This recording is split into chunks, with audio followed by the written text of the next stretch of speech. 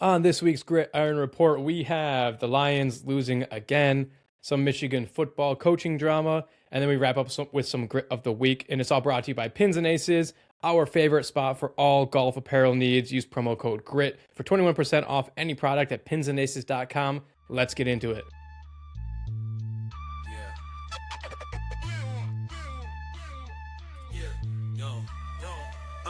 In the heart of the city where the lights grow dim, grit and grind every inch, every rim. From the underdogs rising to the legends that win. It's the grit iron report, let the games begin.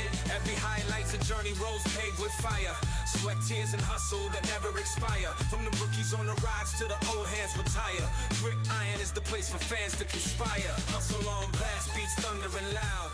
Champions are born from the roar of the crowd. The grit iron report where the stories are proud. Welcome to the Gridiron Report, your Lions First All Detroit Sports podcast presented by Mic Drop Studios. Today is Wednesday, December 17th, and the Detroit Lions continue their win-lose pattern this week by losing to the Rams 41-34, keeping their streak of their unfortunate streak of win-loss, but at least it hasn't been two losses in a row.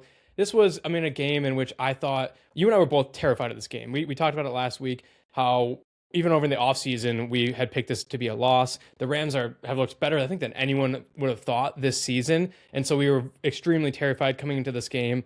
I thought at times the offense looked really good. I thought at times the defense looked pretty good against a really good offense, but it was such poor complementary football. There's been different times when the Lions are playing perfect complementary football. When the offense is playing poorly, your defense picks you up. And when the defense is playing poorly, the offense picks you up.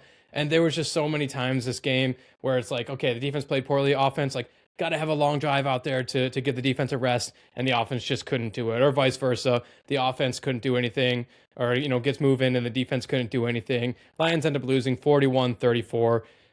And we'll go through it in a few minutes on how the Lions could still sneak their way into the playoffs, technically could still sneak their way into the NFC North, but it gets more and more difficult with each loss that passes. Yeah, dude, just the defense sucked just mega ass. It was just an embarrassing effort. The offense for half the fucking game sucked. I mean, we'll break it down, but you go three straight 3-and-outs and really just let the Rams, not even just back into the game, but just own your ass in the third quarter. That sucked. I mean, yeah, you mentioned it. Playoff hopes, they're still alive. They were severely diminished, but we will break it down. There is a clear path. The clear path is obviously just to win out and then also get some help as well. We'll break that all down. But as we sit right now, 40% chance of making the playoffs. And dude, I mean, it's so frustrating because, the offense came out swinging. Well, let's break down the offense first. And we thought, holy shit, this is it. This is a classic Lions, Dan Campbell gritty dub on, as a road dog and just coming in there and kicking their ass. That's what the Lions were doing especially in the first half. St. Brown was incredible. I think he caught both of his touchdowns in the first half. Just left and right they were going to him. He was awesome. JMO, the route tree of JMO and St. Brown where the double post. It was just the double post of death. If you were the Rams, they could not stop it, and we were firing on all cylinders. Even though Jake Bates missed a field goal, but we still found ourselves up 10 points late in the first, and you're thinking this is it, man, and then the fucking sky falls off, and man, there's so much bad. But dude, I thought we had him, and it ended up being another ass kicking, which just sucked ass. Yeah, it definitely gave you vibes of the 49ers NFC Championship game a few years ago, in which we were up 10-0 or 10 by 10 points, late in the second quarter, if not halftime, and you're feeling like shit. Going to this game, like we said, you and I really didn't give us a chance. I think we both picked the Rams to win, so we were really saying okay, they might be able to do this. We might be okay. Like you said, the offense was humming. The defense was doing okay. For as good as this Rams offense was, you kind of took what the defense was giving us in the first half, and you're like, okay, shit, we might be able to pull this thing off. And then, like you said, the sky just fell in the second half. The offense, I thought the offense, you put up 34 points. We know the Rams defense isn't that okay. I was gonna say isn't that good, but they do have a lot of good pieces. They're not. I wouldn't say they're a bad defense. Their scoring defense is fantastic, but they let up yards, so it's kind of it's a double-edged sword there. Yeah, it's a bend don't break a little bit, but I think the Lions actually got the break a little bit as well, putting up 34 points. Like you mentioned, on top of it, then having a missed field goal on top of that. But this is another game in which I thought the passing game looked better. This is, it just every single game that goes by that Jameson Williams has a decent game, it's just a big old fat fuck you to Johnny Morton. Like, you had a Ferrari in your garage for half the season and you weren't using it whatsoever. And now, we're score watching. We're trying to look at this team winning, this team losing, this team's how's that tie going to come to play? When in reality, if we were week 2, 3, 4, when Johnny Morton was calling these plays and Jameson Williams was getting 0 targets, maybe you could throw the ball to him a little bit more. Maybe he has 50, 60, 70 yards. We win one of those games that we dropped. Maybe we can beat the Vikings at home and win, one that we're looking back. And then we're not in this position. So it's a big old, Johnny Morton, you can't be on my staff next year just based on how this offense is performing a lot better with Dan Campbell at the helm. You mentioned Amon-Ra St. Brown. He finished with 13 catches, 164 yards, 2 touchdowns. Jameson Williams, 7 catches, 134 yards, a touchdown. Those two look great. I will say the running game, pretty much non-existent. Like you mentioned, the Rams defense does a little bend, don't break, gives a lot of yards through the air against the run. They're pretty good. Gibbs just had 38 yards. David Montgomery, 32. Monty had the touchdown there. It is interesting. I brought up the win-loss. I think this is like the 4th week in a row in which fourth pattern in a row in which the Lions have won, loss. The following those win-loss pattern is Jahmyr Gibbs. I believe he has 3 rushing touchdowns, 0 rushing touchdowns, 3 rushing touchdowns, 0 rushing touchdowns, and it all coincides with when we win. So you don't get Jahmyr Gibbs going, you don't get the win. So offensively, you looked pretty good. Jared was only sacked 1 time for a loss of 12 yards. Offensively, looked really good. Yeah, dude. And here's the thing, you mentioned Jahmyr Gibbs and he's been up, down, up, down.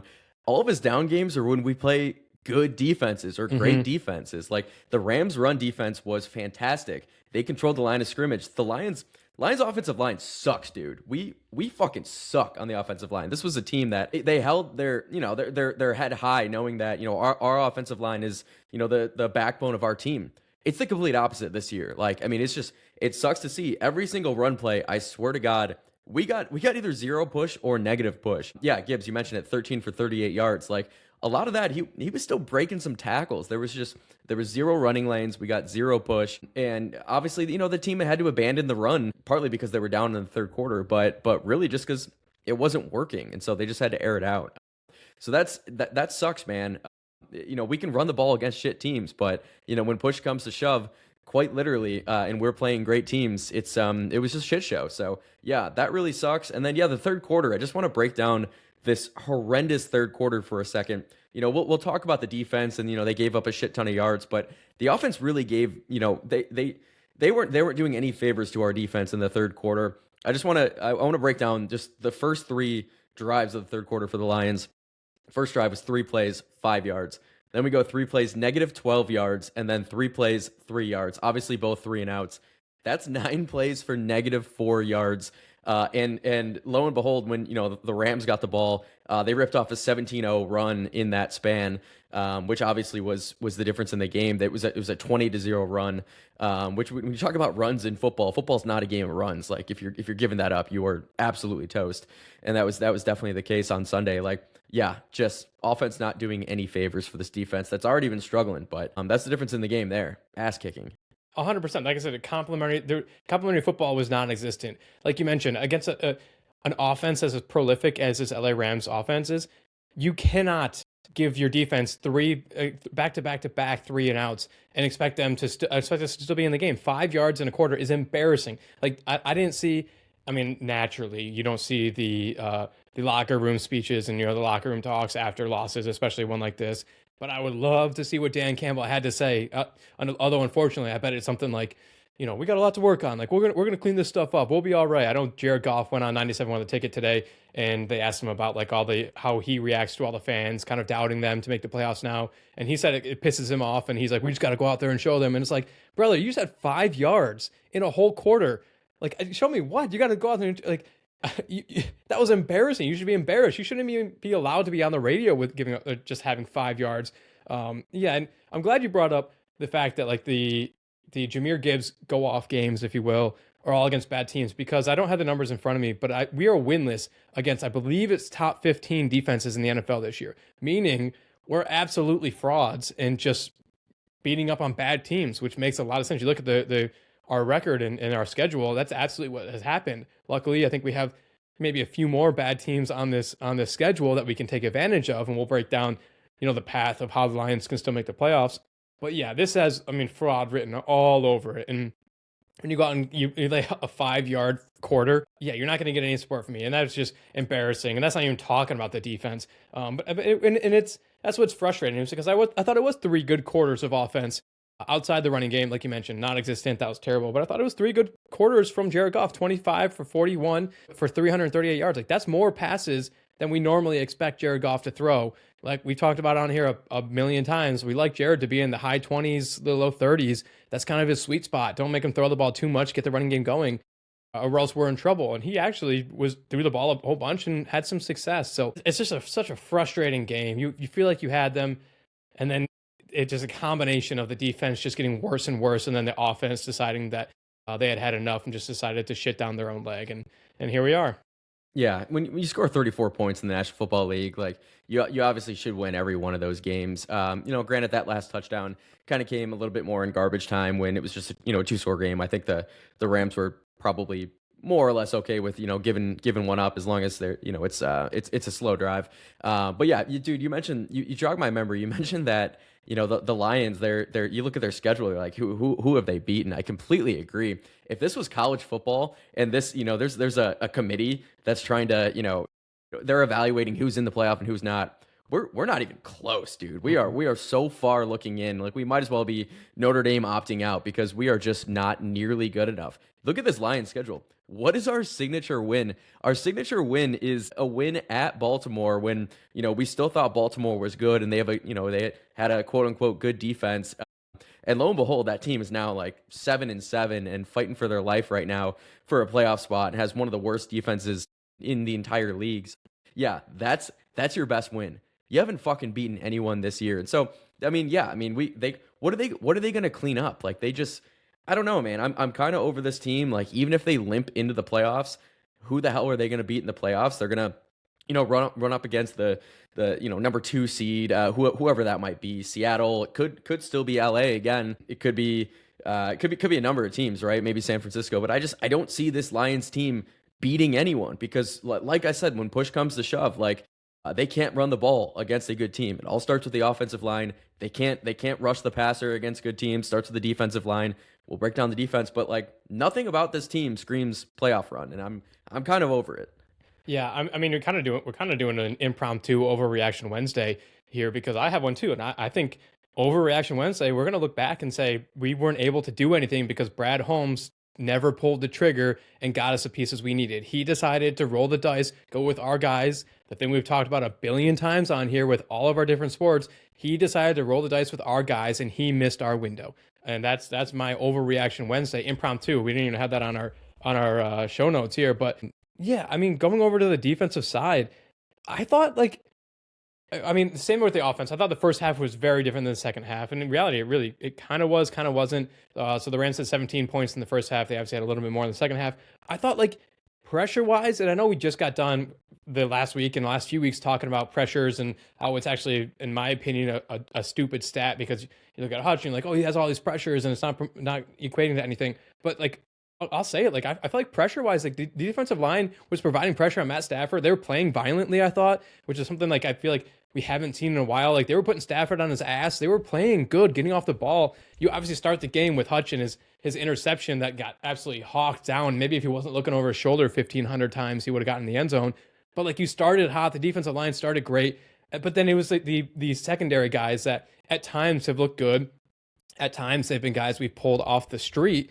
But what's most disheartening to me is that it wasn't the guys that we pull off the street that were really struggling. It's not the guys that unless you do a Lions podcast like we do, you wouldn't know, we wouldn't know these guys. It wasn't the Thomas Harpers. It wasn't the Arthur Malutts or whatever. It wasn't the Nick Whitesides, the guys that you get from the XFL. It was DJ Reed and Amik Robertson who were getting, toasted time and time again. It's these guys that you actually paid to come here. These are guys that you went out and got. And I know the first thing people online are going to say, well, Amik Robertson's playing out of position. Yeah, he might be because of injury.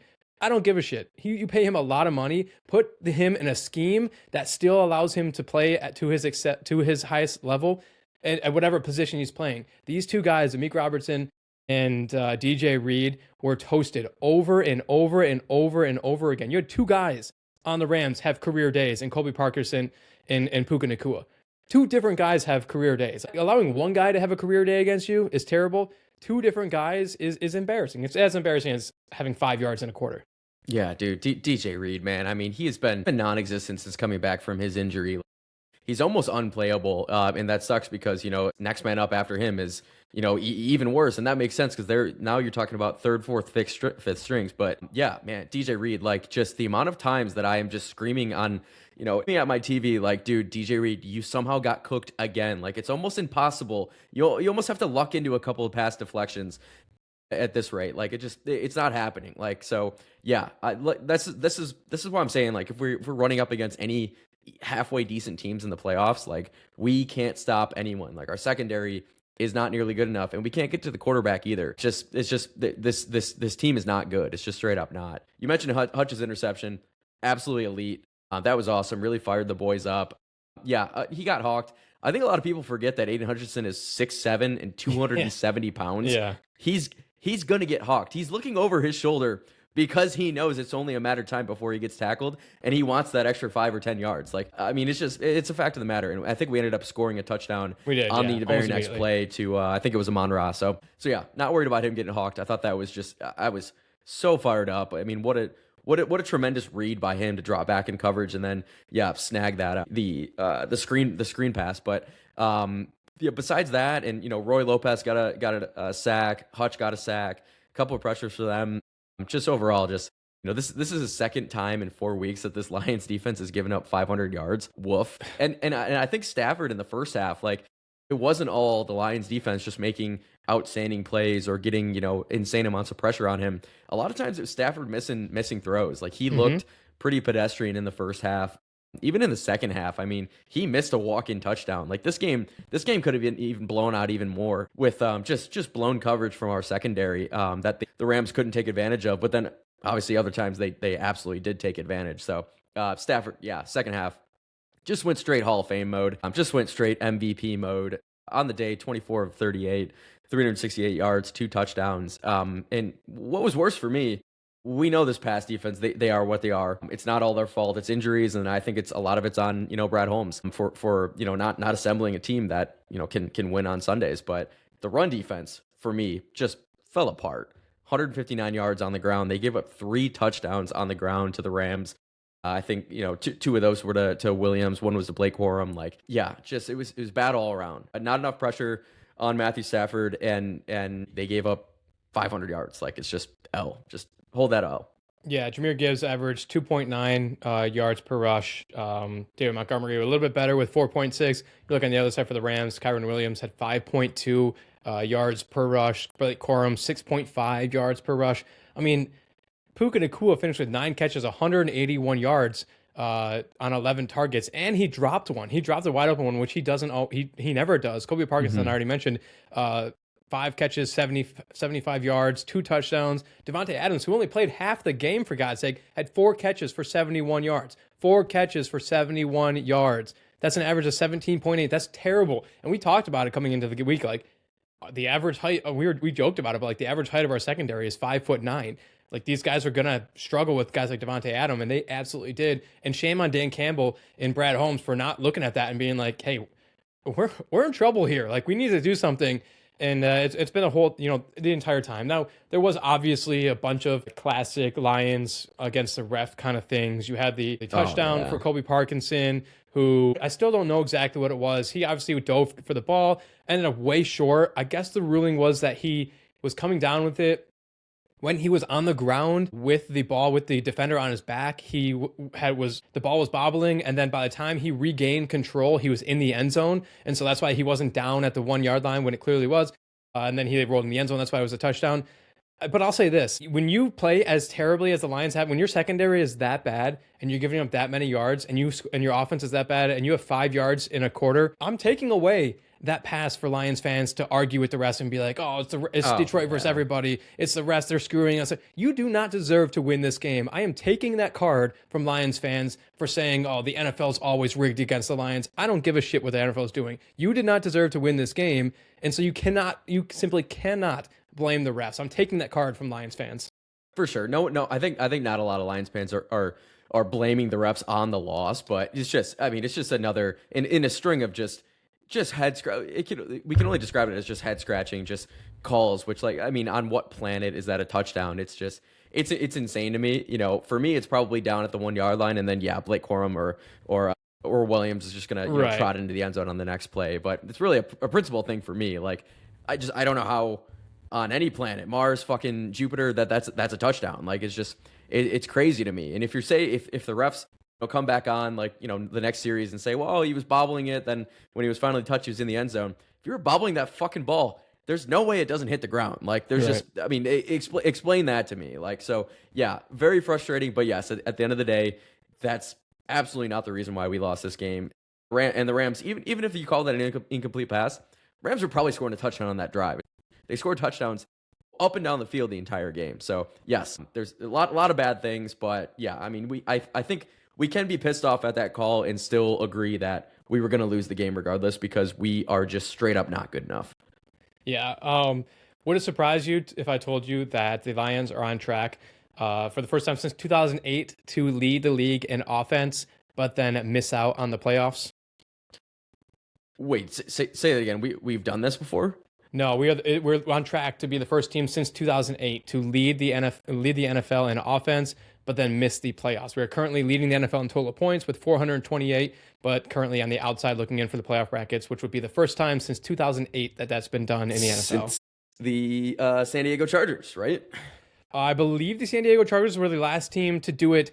They led the NFL in offense and defense and missed the playoffs. The last time just the offense, the team that led the NFL in scoring and missed the playoffs was the 2008 New Orleans Saints. So that was in 2010 when San Diego Chargers unfortunately did that. Number one total offense, number one total defense by yards, and missed the playoffs. But the Lions are on track to do that, which is such a crazy thing, because we've come on this show, we've come on this airways, and we've praised Calvin Shepard for like putting together great performances with nobodies, and yet this defense is still fucking dog shit.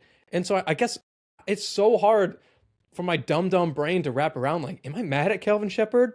Does he suck at his job? Am I mad at Brad Holmes for not giving him the right tools? Should I not be mad at anyone? It's so difficult for my brain to identify who I'm mad at and who needs to be better when we've given him praise for putting together great offensive performance or defensive performances, and yet we're still on track to miss the playoffs while leading the NFL in offense. I think for me, it's probably like 60% on Holmes and probably 30% on Shepard, and then 10% just probably boils down to more injury luck for me. But yeah, I'd say just the brunt of it has to be on Brad Holmes. Just absolutely whiffing on an entire 2024 draft class, including Terran Arnold, who just can't stay on the field. I mean, you draft him, first round cornerback. The second time we've whiffed on a corner in the past, 4 years, 5 years, whenever we took what's his face from Ohio State. But yeah, dude, this guy just can't stay on the field. When he does, he's a mixture of, is he good, is he bad? Well, I think at the end of the day, like if you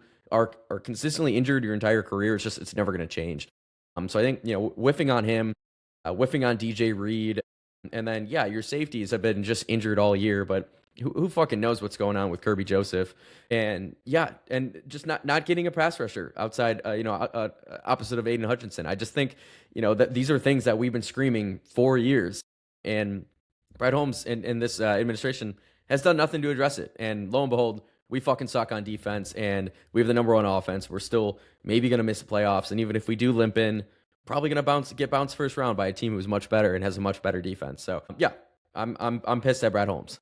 Yeah, I guess that is a testament. Kind of the same thought process of like, I don't know, to be mad or to be thankful. Like, it is a testament that we still do have one of the best scoring offenses in the NFL while we have all the issues we have with the terrible offensive line, with all the injuries to receivers and stuff. And I think a lot of that does come into play, like we mentioned, beating up on bad teams. I think we obviously we ran up the score on the Bears, a few other teams that we kind of, at the end of the day, have run the score up, and that probably weighs that out a little more. I do want to get into the path of how the Lions can get into the playoffs. I have all the numbers in front of me, how we can still make the playoffs, how we can still win the division. Before I jump into that, you have anything left with the unfortunate game against the Rams? Just, I guess, last thing, I mean, we talked about it a little bit, but Jake Bates, another missed field goal. At the end of the day, again, probably still would have lost, but they needed those points back. It wasn't a chip shot, but it wasn't a deep field goal either. And especially that early in the game, when momentum is so big, that was bad. And yeah, he's missed some kicks this year, man. I still like Jake Bates, but he certainly hasn't been the Jake Bates of last year. Yeah, he kind of, it just encapsulates what has been this entire team is like, you were amazing last year. Last year was an amazing run. Everyone was playing out of their mind. And then him, along with everyone else, is just regressing, back to maybe what they are, maybe below what they are, and they're struggling this year. But yeah, he's obviously regressing nonetheless. But let's get out of our doom and gloom a little bit. Let's start looking towards the future. Let's start getting a little bit more optimistic. I have these scenarios for basically how the Lions end the season, what their chances are at the division, what their percentage is to make the playoffs, everything. So these are the three options. So we have 3 games remaining. Pittsburgh, which we'll break that game down here in a few minutes. Then we go at Minnesota on Christmas, and then we go at Soldier Field against the Bears to finish the season. If the Lions win out, we finish the season. That would be 11-6, which, like, just as a side note, I think 11-6 sounds pretty good for the season. Like, you and I think, I don't remember what our records were when we were breaking it down to start the season. I think we had them right at about 12 wins. So, like, you finish the season 11-6. I think that takes away a lot of the pain that was this season. But I digress. 11-6, that would give us a 30% chance at winning the NFC North. Obviously pretty minuscule, but a 96% chance at making the playoffs. So you're looking at probably a wild card. You win out. 96 is almost a guaranteed. Now, what happens with Chicago and Green Bay, which that's this week, that changes a little bit depending on who wins that game. There's a chance that 96% of making the playoffs could drop down to 90%. I think if the Bears win that game, it drops to 90%. Still, I'm taking 90% to finish the season. I feel pretty good about that. So that's if we win out. If we lose to Pittsburgh and we beat Minnesota and Chicago, that would mean we end the season at 10-7. That drops the division down to just 1%, and then our playoffs drop down to 41%. So pretty much you drop against Pittsburgh, you're in trouble. Going down that line, winning against Pittsburgh, losing to Minnesota, winning at Chicago, again, that's 10-7. That's a 1% division rate, a 41% playoff rate. Beating Pittsburgh, beating Minnesota, losing to Chicago. That is again, 10-7, 1% division rate, just 9% to win, to make the playoffs. And then you go into like the doom and gloom of losing 2 of the last 3 and or all of the last 3. So losing to Pittsburgh, Minnesota, beating Chicago, that's 9-8, 0% chance to win the division, 1% to make the playoffs, and so on. Basically everything else, you are either 9-8 with a 0% chance to win the division and a 1% to make the playoffs, or obviously you lose out, 0% chance to win the division, you're 8-9 and 0% chance to make the playoffs, you're eliminated. Yeah. So go ahead. No, I was just going to say, you lose 2 games, you're obviously done. 100%. I think for me, losing 1, you're done. It doesn't matter where. I just think 10 wins is not making the playoffs in this NFC because it's just, it's so hot. 100%. And obviously, if you do lose 1, it has to be to either Pittsburgh or Minnesota. That's the only way that's literally the only way you have a chance. If you lose the game to Chicago, you have a 9% and or 1 or less percent. So like it has to be to Pittsburgh or Minnesota. You have to beat Chicago at the end of the year. But like we said, that's a 41% chance to make the playoffs, and I'm not taking that. Now, there is a chance that you can still win the division, and this is how you win the division, which I'm usually the pessimistic one on the show. I think a lot of people here in Detroit are pretty pessimistic. Like I said, Jared Goff went on 97 with the ticket today, and they asked him about it and said it pissed him off. This is doable for us still to win this division. So in order for us to win the division, these things need to happen. This week, Chicago needs to beat Green Bay, which they obviously played, 2 weeks ago, went down to the wire in Green Bay. Green Bay ended up winning. Who knows what's going to end up happening? Green Bay actually obviously had a lot of injuries this past week. I think Christian Watson went down. Micah Parson obviously went down with his ACL injury. So a lot of injuries there. So Chicago needs to beat Green Bay, and Detroit needs to beat Pittsburgh. Those are the 2 things that need to happen this week. Next week, Detroit obviously needs to beat Minnesota. We need to finish the season, win. We need to go 3-0. Right. Baltimore needs to beat Green Bay, which is a little bit more tough of a task. Obviously, Baltimore, you already mentioned, they've been struggling. I think they're just like 7-7. And then San Francisco needs to beat Chicago.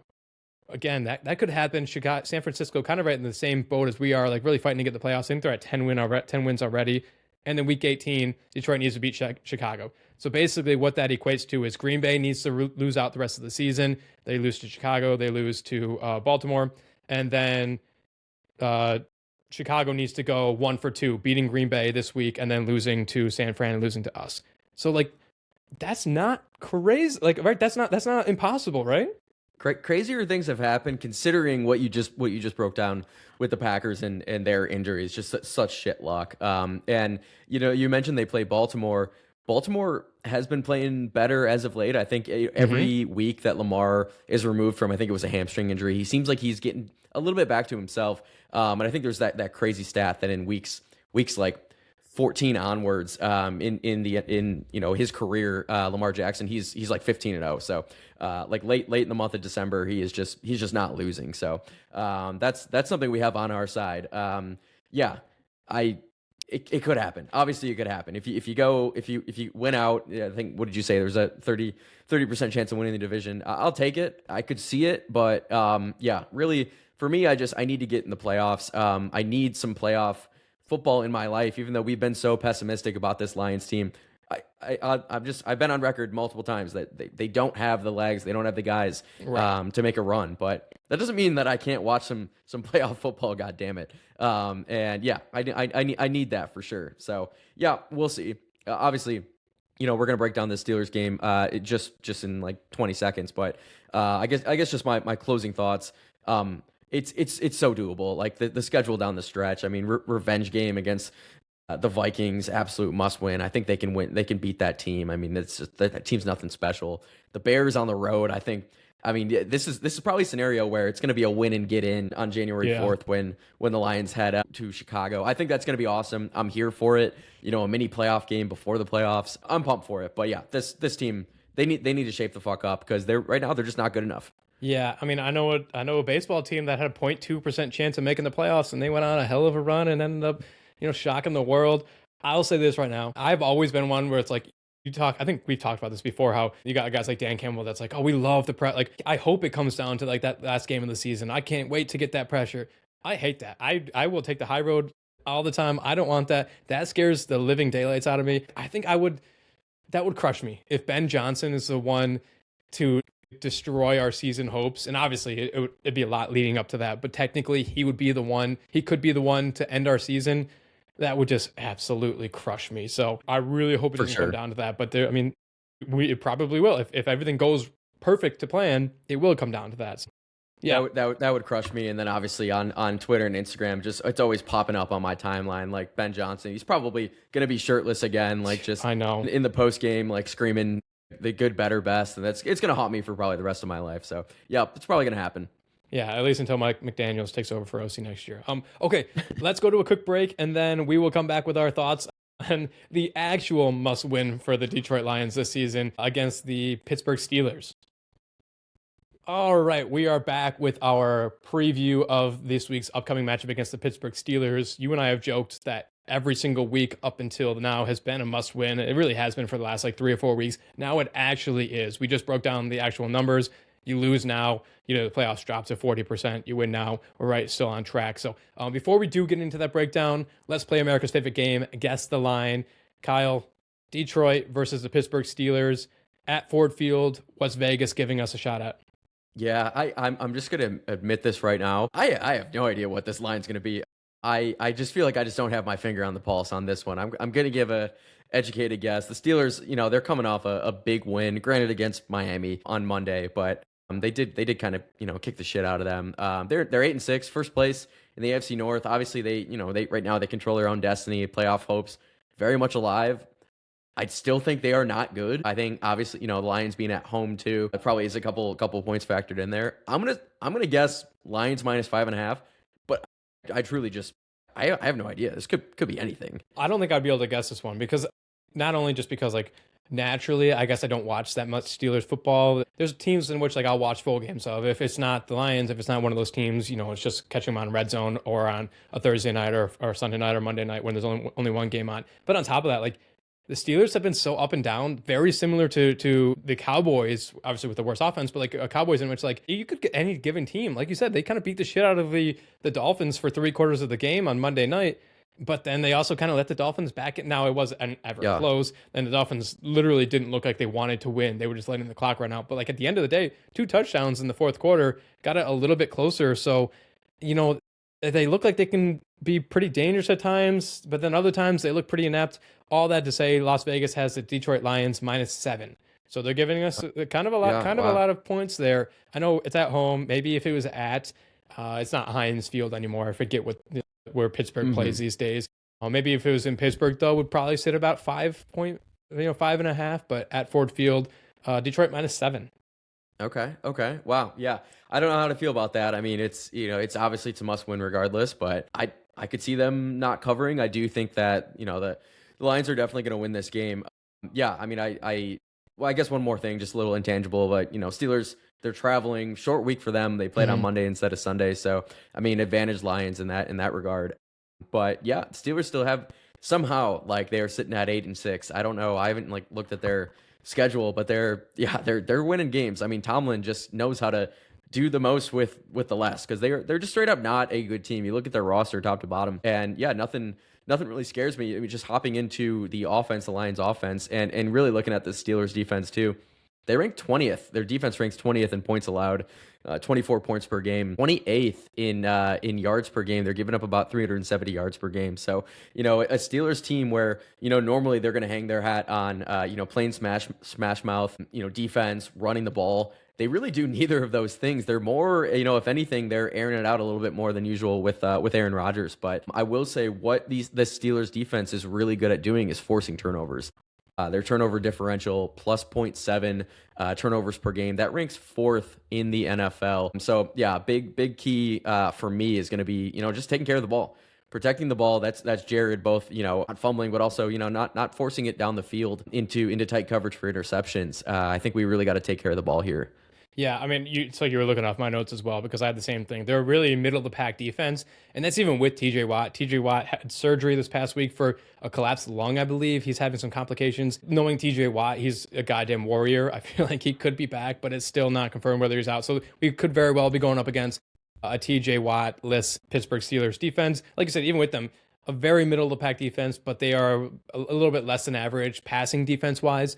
So I expect us to air it out once again. You mentioned it. Speaking of TJ Watt, did you hear how he collapsed his lung? I know it was really weird circumstance, like it was a mistake or something like that. Yeah, complications with a dry needling treatment session at a team facility. Like when you hear collapsed lung, you're like, oh, did he did a rib puncture it or something? Did he take a big hit in a game? That's what I thought at least. And yeah, it was just kind of really freaky.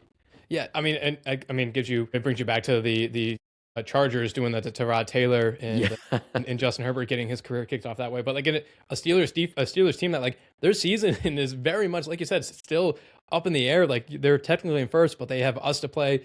They play the Ravens to finish the season, so like their season is very much still on the line, and to lose their obviously one of the best defensive players in the NFL to a mistake made by something like that is just brutal. But you mentioned it. They're third in the NFL in takeaways, and they're fifth in sacks with 2.9 per game.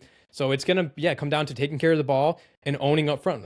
We feel like a broken record in that regard, but like you own the trenches, you win the game. I think this is a game that like you look at the Steelers' record this year. So you mentioned 8-6. They have wins over the Jets. The Jets are terrible. They have wins over New England to start the season, which is probably what they're hanging their hat on the most.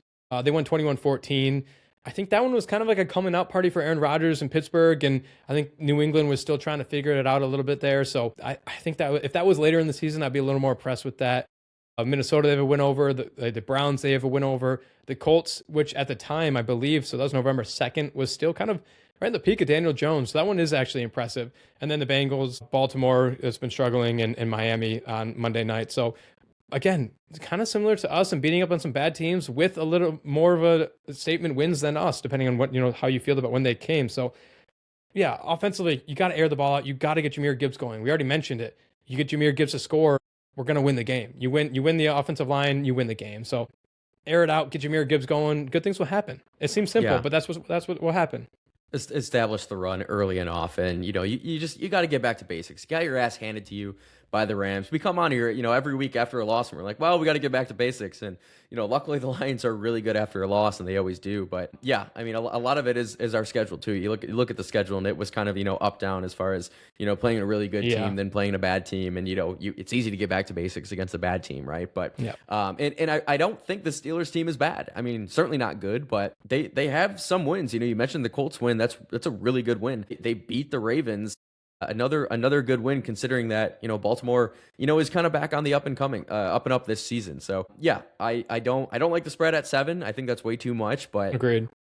Yeah, this is the Lions number one scoring offense in the league. They still should feast on this Steelers defense that gives up they give up yards like I give out candy on Halloween, man. Like they're coughing it up to everyone. So yeah.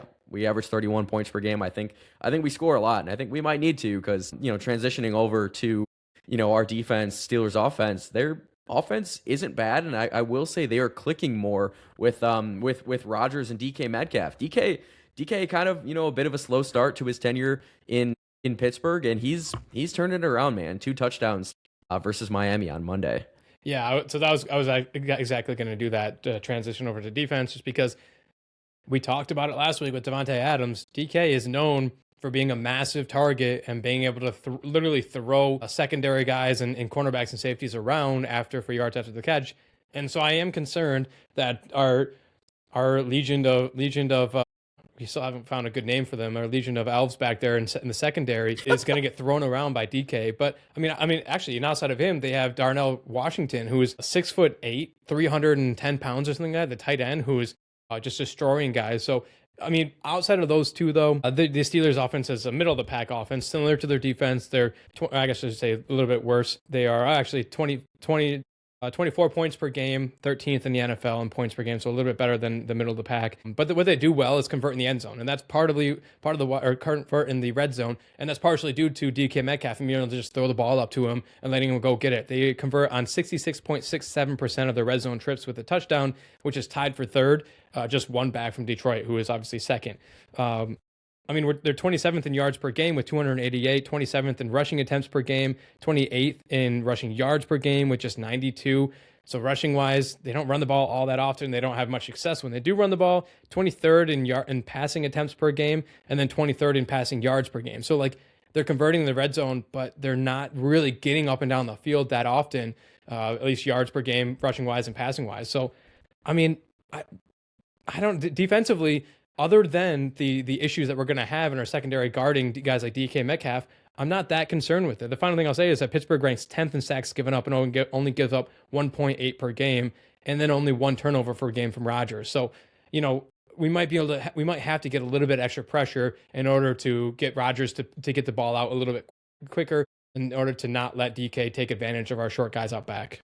Yeah, and I think you said it perfectly. Besides DK out wide, you look at the Steelers offense and they just don't really have the weapons. They don't have the dogs. So yeah, I mean, the big thing for me, you cannot leave any of our defensive elves on an island versus DK. Like, I mean, you have to shadow him with some zone coverage, maybe a safety over the top, maybe just run a zone concept for once in our entire lives. That could maybe work. I mean, other teams do it. Why can't we? But yeah, you can't have him. You can't have any of our defensive backs on an island because yeah, we will get cooked. We've seen it time and time again. We're trying to guard the likes of a Puka Nacua or a Devontae Adams one-on-one. It makes no sense to me. Like we said, it'd be one thing if we had all pro cornerbacks. Maybe you could have him on an island. Maybe you have a Pat Surtain who's just an absolute lockdown, best at his position in the league.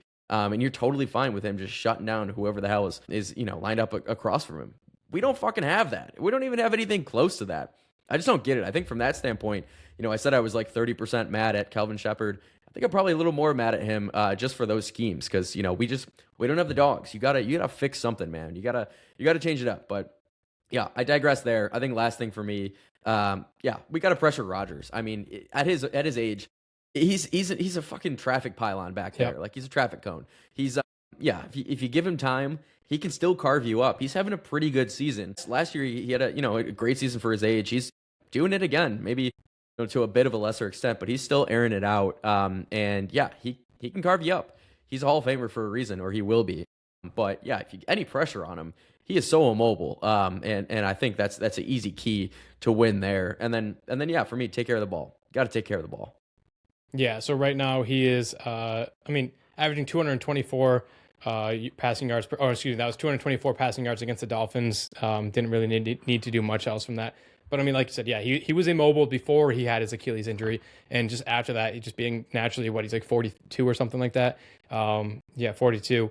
Yeah, he's not going to be able to move all that well. So I agree completely. You got to get pressure into the pocket, make him step up in the pocket, force him out of the pocket, and let some other guys clean him up, make him make mistakes, make him get that ball real quickly out there, and try and do our best to help out and that's like you already mentioned it. Kind of the most frustrating thing is like we know we have guys off the street and guys who are underperforming in secondary, so you got to come up with some schemes to help our guys out. I just pray that Calvin Shepard can do that this week, and we come away with a win here. So, real quick before we get into some Michigan football talk, you want to do a quick prediction?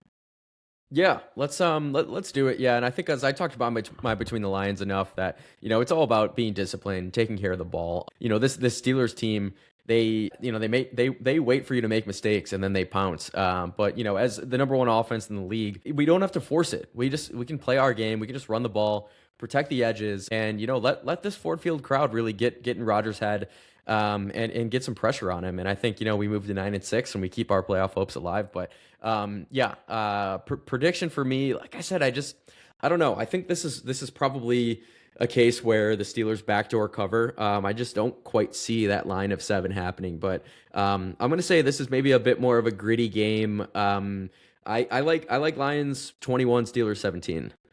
Okay, so yeah, I'm kind of in the same position with you, and between the Lions, exactly like you. Like we just talked about it. You got to get pressure on Rodgers. Got to make him be somewhat mobile and try and get that ball out quicker. So that's my matchup I'm watching. And then, I'm going to say it's going to be 23-27. And I think that 23, I think it's going to be, we're up like 10 or something, with a few minutes left. And you said, backdoor. I don't think it's going to be as close as 23-27 feels. But the final score is going to look something like that. So we're on the same page there. Okay. Let's keep moving. We do need to do some Michigan football coaching drama talk. Before we do that, you want to tell us a little bit about some Cozy Earth stuff? Yes, I would love to. I somehow lost my ad read for a second. I don't know if you want to keep this in. Got it now on the fly. Yes, so this segment is brought to you by our great friends at Cozy Earth. Cozy Earth, they have the luxurious bamboo bedding and pajamas. They're loved by everyone. Is pajamas or pajamas? Yeah, whatever. They're loved by everyone regardless of how you say it. Oprah, Kris Jenner, thousands of customers. They offer the ultimate in softness and cooling comfort. And really the best part, Ty, I'm going to say it right now, just our listeners can enjoy an exclusive 41% off any purchase at Cozy Earth. That's with promo code GRIT, promo code GRIT at CozyEarth.com for 41% off your first purchase. Hopefully if you order it now, you're listening, maybe you can get it in time before the holidays, even if, better late than never, even if it comes right after Christmas. 41% off, you really can't beat it. So yeah, shout out Cozy Earth, our great friends.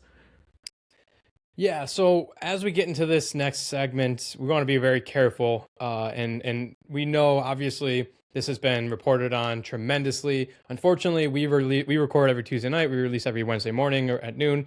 This news broke all Wednesday afternoon, a little bit Wednesday morning, Wednesday afternoon. So like right as this was breaking, we had already recorded. We don't do many emergency pods. I think it had to be like a championship or something like that to do an emergency pod. So we decided not to re-record or do anything like that. So a lot of this is already out there. We just thought we needed to cover it in some way. It obviously is huge news here in the state of Michigan, probably the biggest college football news of the year. And that is Michigan has separated and fired head coach Sherrone Moore after having an inappropriate relationship with a staffer. That was the original story that was broken out there. We had gotten wind that there was some sort of inappropriate relationship going with a staffer. Beginning of December was, I think, the first time I heard about it. Wasn't sure if there was any truth to it. Obviously, then it comes to light that there was the inappropriate relationship and that he's been fired. And then quickly after there, a lot of rumors started piling in about how she actually had maybe broken up with him a week or so ago or before this happened. And then there was some rumor stalking or some stalker rumors. all that stuff. And then the obvious large rumor that was now proven to be true was the legal issues that Sherrone Moore ended up having after being fired. So again, we want to be really careful when we're going through all this. I know that when Sherrone was released, it was not handled very well by Ward Manuel. He did the firing with no HR counseling offered, with no security there. So it wasn't handled very well from Michigan's, the upper leadership at Michigan. But then Sherrone Moore obviously had some sort of a mental break. He got in an argument with his wife, ended up driving over to the staffer in which I believe he was having the relationship with. Long story short, broke into the house, grabbed a butter knife, made a threat on her life, made a threat on his own life, saying that his blood was going to be on her hands. He left. She was able to call the police. They intercepted him at a church, and he was held without bond at a local police station waiting for his arraignment. So again, I want to be very careful when we talk about this. I first and foremost want to hope that Sherrone Moore gets the help that he needs. I and have his family in my thoughts. He obviously has a wife, I believe 3 kids. So going through this is super unfortunate. But I mean, where do you go from here if you're Michigan? All of the coaching, God, there's so much to talk about this, and I don't want to go on for too long. But like, people were saying, like, as soon as they lost to Ohio State, that's when this came out. Is a little bit, how if he would have beaten Ohio State, wouldn't have came out. Like, they have no coaches they're available to go after now that it is so late in the season. So I don't know if that's true. I don't know where Michigan goes from this. Yeah, it's just tough. I mean, it's another incident in just a long series of incidents for Scandal U. But yeah, I mean, just for me, like, for one, it's the timing. The timing is particularly head scratching that all of this comes to life literally directly after National Signing Day, when all these recruits are already signed in. So, I mean, granted, I think maybe they could still potentially get out of that just with the coaching change, but still, I mean, yeah, I don't know if this is covered up just long enough for National Signing Day to happen, or really if it was just a insane coincidence. But that's that's not for me to decide. I just thought it was head scratching. But yeah, I don't know where they go from here. I have no clue how Ward Manuel still has a job as athletic director of the University of Michigan. I mean, just the line of just not only just scandals, but also just incidents that have happened during his tenure. Like, I mean, people get fired for far less. So yeah, maybe I don't know. I don't know how he still has a job, but they're screwed for a couple of reasons. They obviously have to hire a new head football coach. They also might be hiring a new athletic director at the same time. And so, yeah, the timing gets, kind of foggy there, because really, I mean, what you would want to do is have an athletic director in place, and then have him make the decision on a new coaching search. But really, when all of these happen, simultaneously, you get pretty screwed. And then on top of it, like you mentioned, Tyler, I mean, the head coaching carousel, the crazy head coaching carousel that we were, a part of at Michigan State as well, it's come and gone. Everyone has found jobs. So at this point, yeah, there are a couple names swirling out there.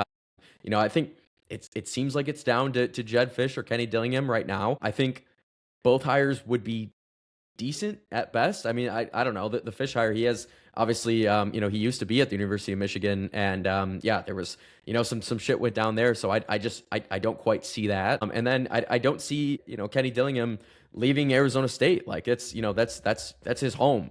And so, yeah, I don't know where you go. I figured they probably would have announced someone by now. Still haven't. It's been a whole week, but they are in a very, very tough position right now. Yeah, so right now, Biff Poggi, who was their interim coach when Sherrone was going through his suspensions throughout this past year, he's in charge. I'm with you. I thought for sure by the end of the weekend, they would have someone put in charge. And I have some thoughts on the 2 guys you mentioned. But just going back, I pulled up all the issues that have come to light during Ward Manuel's time as athletic director. So you had 2016, Grant Perry, a football receiver for Michigan, was arrested for allegedly groping a Michigan State student in a bar and then getting into an altercation there. You go back to gymnastics coach Rhonda Fain, I believe that's how you say it, was for the job with less than a week for Michigan. There is backlash during times with Dr. Nassar and everything there. So she was let go. You go back to the Juwan Howard suspension when he was fined and suspended for striking Wisconsin assistant coach Joe Krabenhoft. He was suspended for the remainder of the regular season, which was 5 games. Men's hockey team, they fired Mel Piercing for a number of issues that put the program in controversy. And then, I mean, that's going into the football. That's not everything outside of football. You had the Matt Weiss computer hacking in 2023. Football co-offensive coordinator and quarterbacks coach Matt Weiss arrested for allegedly computer hacking. A lot of gross, disgusting things related to that one. I don't really want to get into. You guys can do your own research if you want, but that was a major, major issue. The Schembechler issue, the son of longtime Michigan coach Bo Schembechler, was hired as a football assistant recruiting director in May 2023, resigned 3 days later for controversy with a social media account that included liking posts of a transphobic and racially insensitive ideas. You had the entirely Jim Harbaugh issues with his recruiting violations, with the whole sign stealing scandal, whatever you want to think about that. That was obviously not put in a good light for Michigan. And then you have obviously all of this. And that's not even going into all that.